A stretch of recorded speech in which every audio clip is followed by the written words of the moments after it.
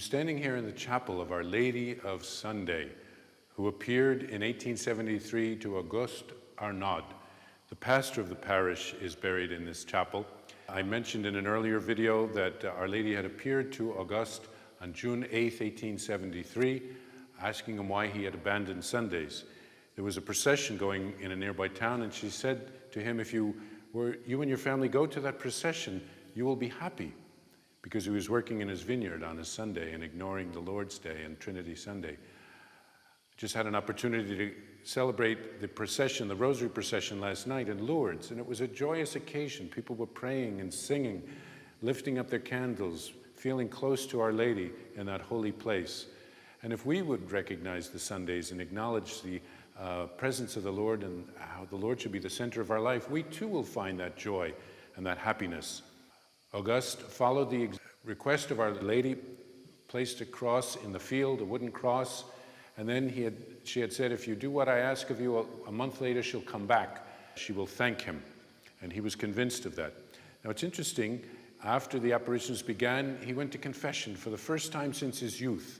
Apparently the peasants from this area would go to confession as young children and then not even go for the rest of their lives.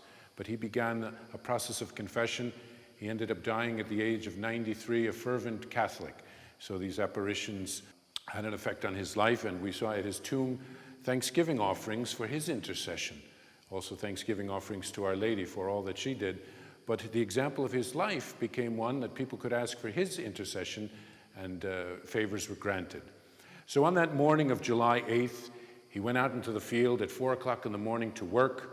There was a large crowd began to gather, having heard that Our Lady was supposed to appear, but he was working in the field with a pickaxe. He worked till 7:30 in the morning. He planned to work until 8 and then take a break to eat something if Our Lady had not appeared by then. But at 7:30, the pickaxe fell out of his hand. He fell down, his hands were stretched out, and miraculously he was picked up and rushed as if he was swimming toward a cross, the cross that was in the field. And Our Lady appeared on that cross with rays coming from her. Some talked about smoke and different spectacles. And he apparently was elevated about a foot off the ground for about 10 minutes before the cross. And Our Lady thanked him for what he had done. And it's important that we remember this message, to recognize the Lord's Day, to place Jesus at the center of our life, and to not let anything else get in the way.